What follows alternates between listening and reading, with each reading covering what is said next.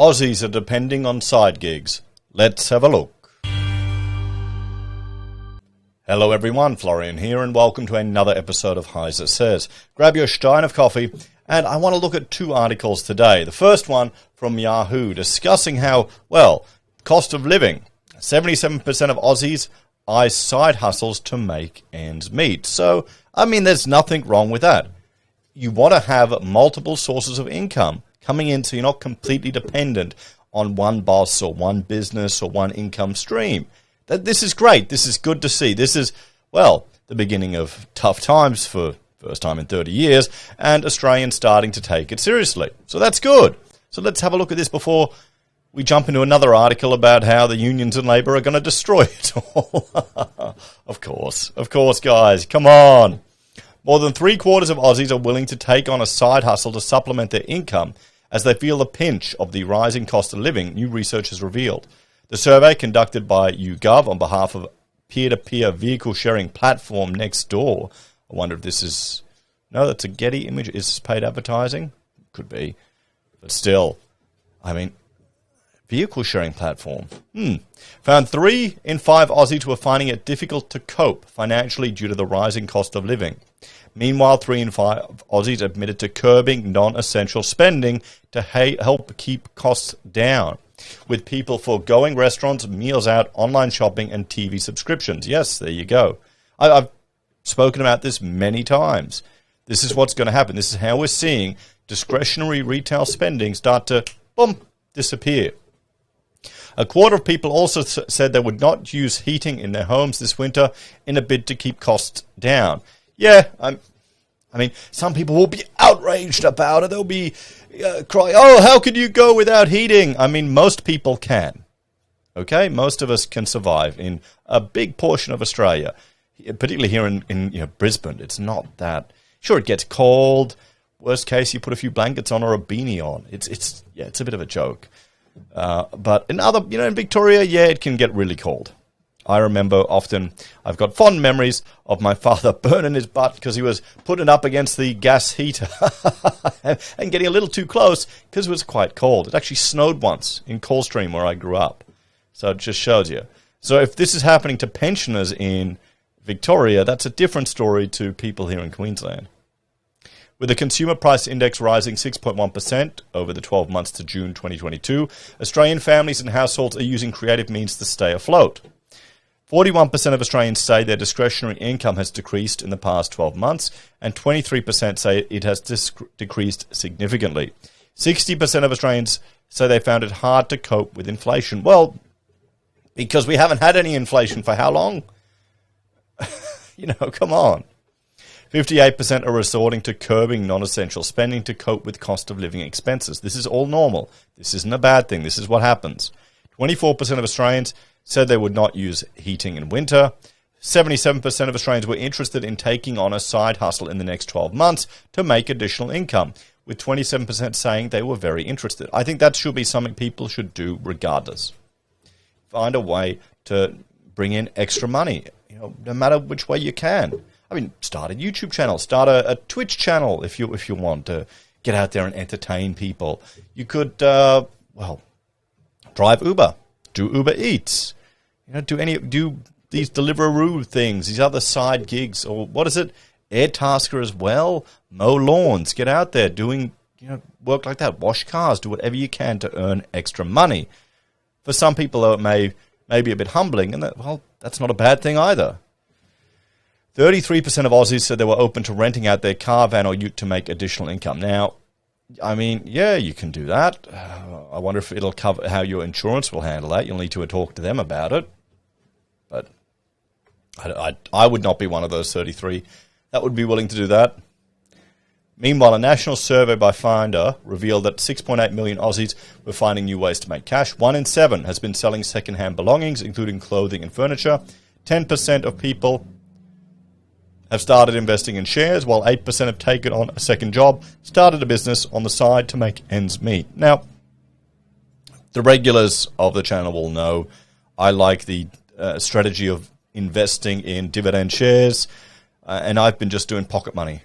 Literally $100, $150 here, and dollars that I found. I've just thrown it all on to my IG account and used it to buy shares. So right now it takes about, once you get $150 or $160, that's enough to meet the minimum threshold for, free transaction. I know it's all eaten up by them anyway. And what have I been buying? Jeppy, or I'm thinking either buying some Unity, but just stuff to just trickle in every month, little few dollars coming in. This is money I probably wouldn't have worried about in the past. And hashtag, not financial advice, never take it from an architect. Just look at the only architectural practice that was publicly listed here in Australia. Guys, look at how that ended up. Investing in cryptocurrency and freelancing were also popular among Australians struggling with rising costs. Well, you could do Fiverr or some of those online things. Let me know in the comments if you're an Australian and actually do any of those online freelancing and how it works out for you. The research found recently ABS data, which revealed more than 9.6 million people were earning below the national median income of $805 per week, or earning no income at all. So there you go. That's a big chunk of Australians earning below the median income.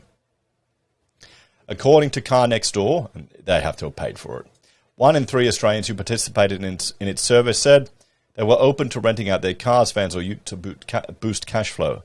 The company said it had seen a 148% increase in cars listed on the platform. Okay, I mean, good. I don't mind. If you want to do that, particularly in a city, I know family, friends who did that. They got away without having a car by just using one of these platforms. Now, I said it's all going to get ruined. Particularly the gig jobs are going to get ruined because, well, the unions and Labour are stepping in. So this is a big change coming to Deliveroo and other food delivery giants. Just look at what happened in California, how they pretty much destroyed the gig economy there, and this is it. It's because they don't want you as a worker to have freedom and flexibility. They want you to be chained to one employer, and you have to get all these perks, even if you don't want these stupid perks, even if you'd rather get all your cash in your hand so you can deploy it and use it how you want. Because you're not mature enough, guys. You're too childish. You couldn't possibly manage your own superannuation. You couldn't possibly manage your own sick leave or your own holiday leave. No. They have to hold all that aside and trickle it out to you when you've been a good little worker. Oh, what's that? The business has gone bust and they've burned through all your entitlements. Oh, well, there you go. So, anyway, Deliveroo and other food giants have been put on notice about a significant reform plan for workers in the sector. The Albanese government intends to have the Fair Work Commission recognise gig economy workers as employee-like, so it can determine appropriate minimum workplace standards for them. So this is going to destroy the flexibility in the industry. Just wait and see. Okay, wait and see. And for some people, this is what they want. I was talking to an Uber driver. He happily quit a job working in a factory for one of the big electronics manufacturers here in Australia to do Ubering because it was less stressful. He had more flexibility. He could pick his kids up at school whenever he wanted. And, I mean, this is what the whole Great Resignation is. It's not people not working. It's people not wanting to have shit conditions. Because happiness in life is not about having huge piles of money like Jeff Bezos or, Tesla guy. I can't remember his name. Not important. Not having big piles of cash. It's having control over your time. And a lot of these gig economy jobs give the average punter way more control than that they would ever have anywhere else. And for some people, that flexibility really leads to happiness.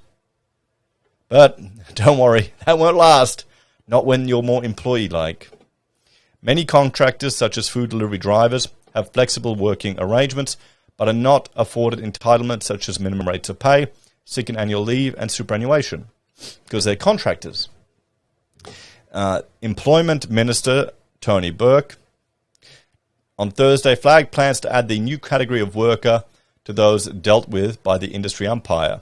We want to add a new category of people who are employee-like, he told Sky News. If you are employee-like, to the extent that you're like an employee, the Fair Work Commission can determine what are the appropriate minimum standards for those workers. I mean, this is just...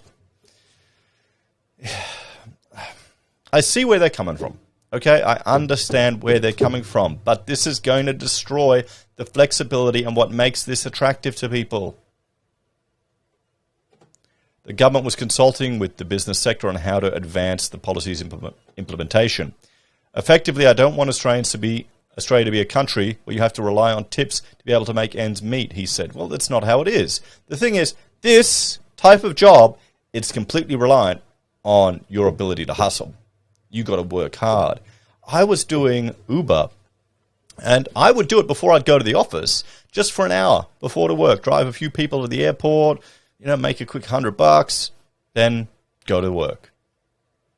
Doesn't hurt, gives you some flexibility. I'm not doing it anymore because I was really, I don't want to risk my safety in it, particularly at nighttime, and female passengers can say whatever they want. You don't have cameras, so there's a risk there as a middle-aged white man. It's not worth it for me. And the money is not that good when you take account of the costs of depreciating a vehicle. But if you want some quick cash, it's fantastic. If you've got your car set up, maybe you want to do one day a weekend, earn a little bit of money, okay? You could probably take a big chunk of your mortgage out with that. Throw that extra money off your debts. That's what you want to do. But this will chip away at that. Just wait and see. Mr. Berg said he was happy to see the Uber and Transport Workers Union had signed an agreement to work collaboratively to call for a standard-setting body to make both food and rideshare work safer. His comments come a day after the Fair Work Commission quashed a significant ruling that a sacked Deliveroo rider was an employee rather than an independent contractor. Deliveroo appealed after the industrial umpire last year found Diego Franco was technically an employee for the purpose of his unfair dismissal case after he was kicked off the platform for alleged lateness. Here you go. He was kicked off it for alleged lateness, so incompetence. Now, in reality, if he was an employee, shouldn't you be able to fire him for that anyway, regardless if he was an employee or a contractor? That's how it happens sometimes, and it's probably through no fault of his own. The Fair Work full bench this week criticised the way Deliveroo treated Mr. Franco, but overturned the ruling that he was an employee. Mr. Berg said the decision was really interesting because the Commission had upheld that Mr. Franco's treatment was harsh, unjust, and unreasonable, despite him not being an employee. Yeah, that's called contracting. Okay, that's how life is sometimes. They found all of it was true, he said. They also found that technically this individual doesn't satisfy the definition of an employee, therefore there's nothing they can do.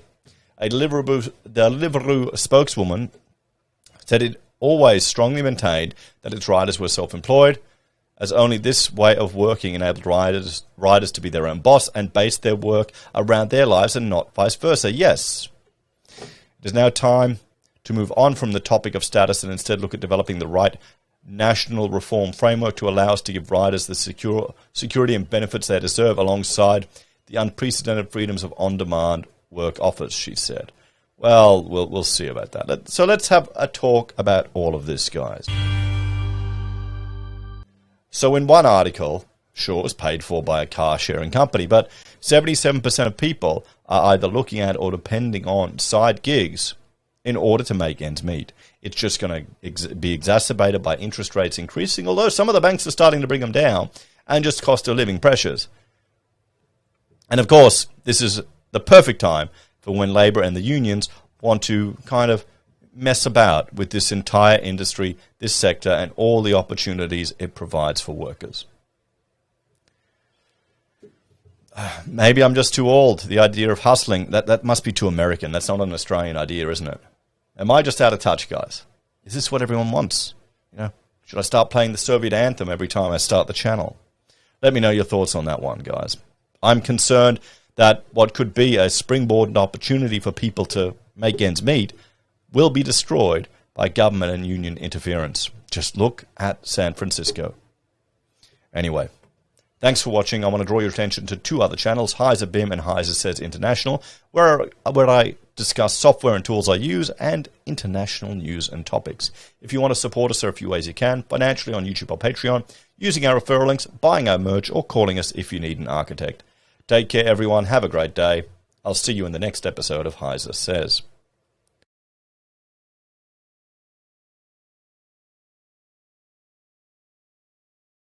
I hope some people don't get screwed over by this. I really hope. You know what'll happen, though.